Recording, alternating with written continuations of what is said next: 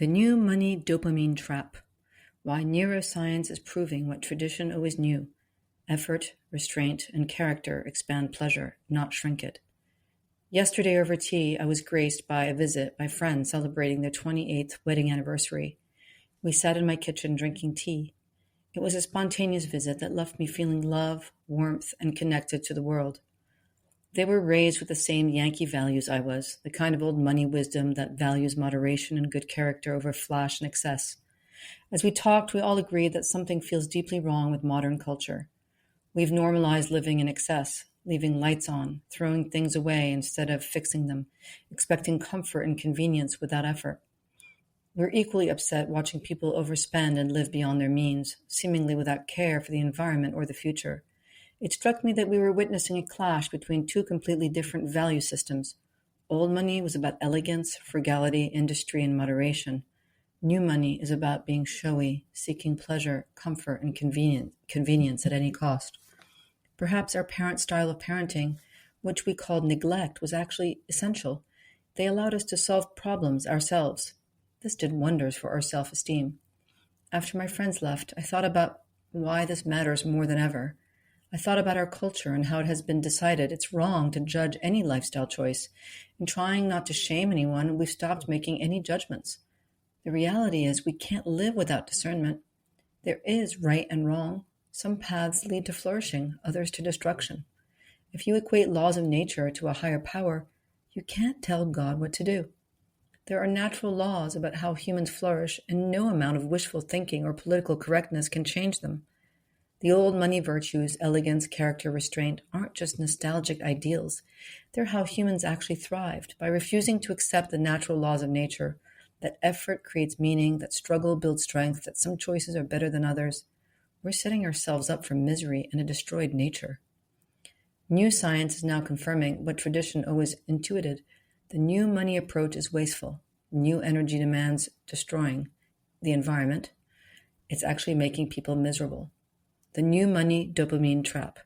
Dr. Andrew Huberman, a neuroscientist at Stanford, explains why some modern cultural trends, which I will call the new money mindset, are so destructive and why traditional norms are healthier.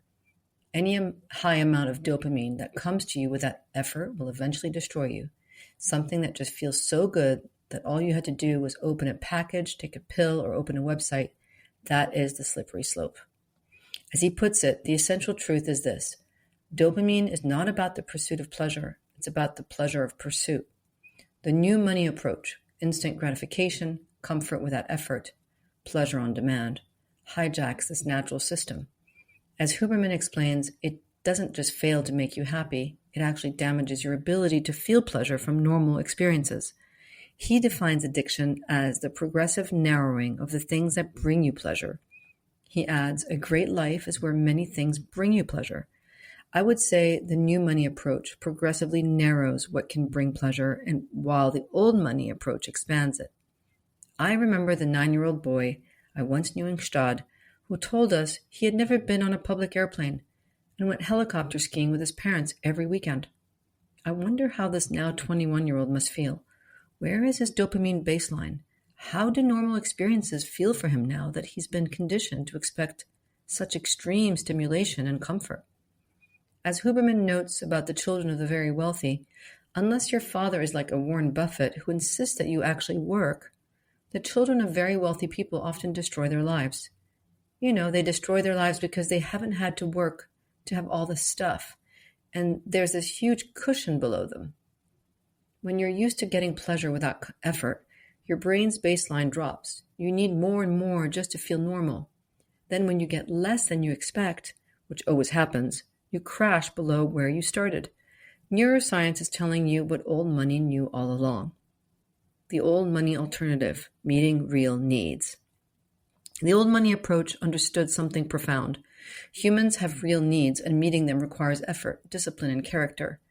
There are many old world virtues that support this approach. Benjamin Franklin systematically cultivated virtues like temperance, moderation in all things, frugality, waste nothing, industry, lose no time, be always employed, sincerity, use no hurtful deceit, tranquility, be not disturbed at trifles, and chastity, Rarely use venery, but for health or offspring, never to dullness, weakness, or the injury of your own or another's peace or reputation.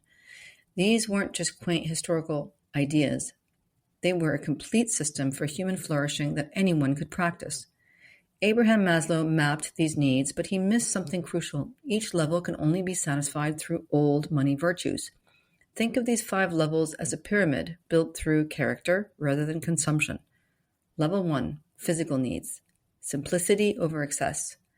This is the foundation. Air, water, sleep, food, clothing, defecation, movement, and reproduction. New money way. Longevity hacks and surgeries, energy drinks, expensive supplements, personal chefs, avoiding any physical comfort, destroying air, land, and water for pleasure and greed. Old money way. Early to bed and early to rise, simple, nutritious meals, regular exercise, accepting some comfort as strengthening. The old money approach builds genuine vitality. The new money approach creates dependence and weakness and environmental destruction. Level 2. Security, prudence over risk. Real security comes from living below your means. Safety nets, no violence, no crime, no war, no environmental degradation. Stable routines that support health and well-being. It's about stewardship, not greed. New money way, hiring bodyguards and security, taking out debt to feel rich, leveraging everything, investing in high-risk, high-fee instruments, destroying the rainforest in the name of capitalism. Old money way, living on a budget regardless of income, accepting lower returns for more security, building reserves, taking responsibility for your choices, taking care of the land. Old money investing has been about buying low and selling high, being discerning and picking companies that have fundamentally good balance sheets and cash flow. My great-great-grandfather was fundamentally against taking on debt to buy stocks. He saw his friends jump out of windows in 1929 due to this kind of leveraging. Level 3, love and belonging. Commitment over convenience. Real relationships require showing up, committing, being vulnerable, and serving others. They can't be bought or made convenient. New money way. Transactional relationships, avoiding difficult conversations, expecting others to meet all your needs, avoiding responsibility through wealth. Old money way. Commitment through good times and bad, having hard conversations, being a person others can depend on. My anniversary friends exemplify this perfectly. Affluent but disciplined, secure because of their character, not giving up on each other. This is where the dopamine hijacking becomes especially destructive. A client whose boyfriend couldn't achieve orgasm or emotional intimacy because of his porn addiction. Old-fashioned vanilla sex just didn't stimulate him. The artificial stimulation had raised his threshold so high that real human connection couldn't compete. When we replace real intimacy with artificial substitutes, we lose our ability to connect authentically. Level 4, self-respect, achievement and elegance over entitlement. True confidence comes from competence and character, from doing hard things, solving problems, and keeping your word. It can't be purchased or handed to you. You have to earn respect and reputation. New money way, seeking constant validation, spending to impress others, not making an effort to dress respectfully, avoiding challenges, solving your children's problems for them, expecting respect without earning it. Old money way, developing skills through effort, keeping promises to yourself, dressing well as a sign of respect for others and self, letting your kids struggle, facing difficulties with grace. External validation feels good for a moment, but it creates dependence. Self-respect comes from your own actions and character. Level 5, purpose, service over self. At the top is self-actualization, using your gifts to serve something bigger than yourself. This requires the old money virtue of thinking beyond immediate pleasure and oneself. This includes creativity, personal growth, moral development, pursuit of meaning or happiness, as the founding fathers defined it. New money way, waiting for inspiration, focusing on personal hedonistic happiness, avoiding sacrifice. Old money way, developing your talents through discipline, finding ways to serve others, accepting that meaning often requires sacrifice, eudaimonia pleasure. Purpose isn't found in a moment of inspiration. It's built through years of character development and service. As the legendary swordsman Miyamoto Musashi said, "From one thing, know 10,000 things. Through hard work and dedication, you learn about universal principles." Reconciling the path forward. Many people reject the old money way. After all, wasn't it old money responsible for slavery? for the subjugation of women, for a fixed mindset and belief. But we forget that it was old money that valued the democratization of education and access to medical advances and the abolition of owning another human being. My question to you is, should we throw the baby out with the bathwater? There was a time when we sacrificed our children to the gods, when we stoned women to death for adultery and circumcised them. Some unevolved cultures exist today that still have these revolting practices, and modern culture defends them, calling them indigenous. Many cultural swings overcorrect and then return. Take the French Revolution as an example. Revolutionaries sought to erase traces of monarchy and religion by renaming streets, churches, and even the calendar. The new French Republican calendar replaced saints' days with plants, animals, and tools, and months were given seasonal names like Brumaire for fog and Floréal, flowers.